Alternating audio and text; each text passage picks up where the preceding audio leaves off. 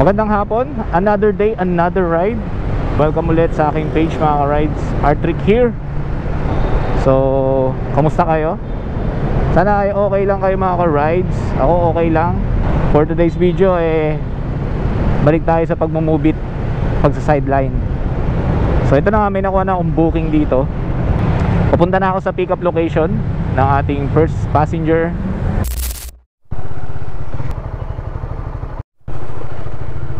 Good afternoon po.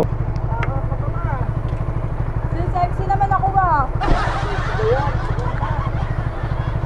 Buti ko yung bilis ko po nakapunta. Doon lang ako sa may, sa may Selecta galing.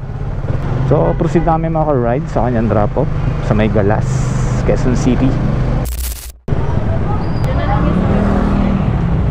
Okay, thank you. Thank you ma'am.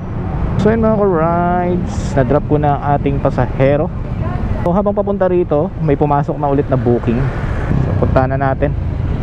Yun, dito ang pick up ni sir sa may Bagong Buhay Street, Santo Niño. At ang drop niya ay sa may Anonas Project 3. Shower cup sir, oh. Okay na po. So yun mga ka-rides, pick up na natin si second passenger. So proceed na tayo sa kanyang drop off. Thank you sir, opo, welcome po. Drop na, masok na bookings. So ang pick up niya ay sa may LRT Anonas Station. So proceed na ako sa pick up location ng ating pangatlong pasahero mga ka-ride. So update ko na lang kayo. Tower cup ma'am. Mga ka-ride, sa pick up ko na yung pang third passenger.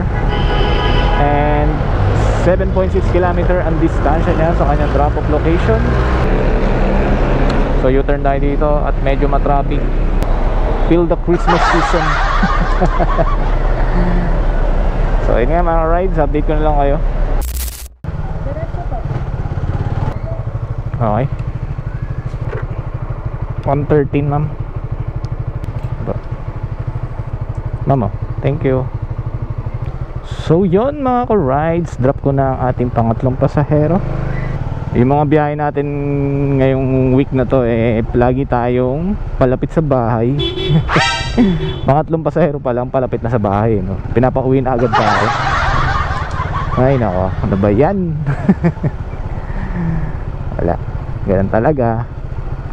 Yun ang ating tadhana na mga pasaherong makuha. Mga ride, pinasukan tayo ng booking. Dito lang siya sa may sa may Emerald Street, Tandang Sora. So malapit-lapit na tayo sa kanyang pick up location. Ma'am Rosana po, good evening. Wala po. Booking ko sa'yo po. Oo nga ma'am, nandyan lang ako sa may stoplight. Kala ko walang papasok, buti meron. Nice. Okay na ma'am. Na-pick up ko na yung pasahero natin mga ka-rides. And proceed na kami sa may Project 7 Veterans Village. So doon nga sa may office namin malapit. Ay ma'am, welcome po. Thank you. Thank you po sa tip. So yun mga rides, na-drop ko na yung pang-apat na pasahero. And may pick up na ulit tayong pasahero ngayon sa may Walter Mart lang. So yun mga rides, nandito na tayo sa pick up location ni P passenger Abby. Yes ma'am, good evening po. Ano mahawakan ko? Sige ma'am, sakay ka muna. So yun mga rides, pick up ko na yung ating pasahero. And proceed na tayo. Malapit lang, 3.1 km ang distansya ng kanyang drop off location. Okay ma'am, thank you. So yun mga rides, sa drop ko na yung pang-5 pasahero. Abang ulit tayo ng booking. Pero sobrang lapit na lang nito sa aming bahay. Pag walang pumasok na booking, paglabas ko ng Quirino, uwi na. Oh no! Matubig, sira ang beauty ng motor dito.